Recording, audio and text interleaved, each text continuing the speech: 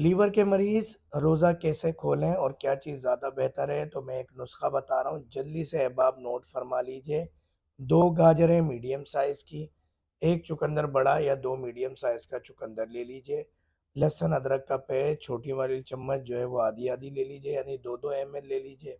और अंजीर को भिगो दें ज़ैतून के तेल में रात भर। अंजीर येलो वाली ओरिजिनल गोल वाली अंजीर टुकड़े-टुकड़े करके, और 3 अंजीर जो है वो डाल लीजिए।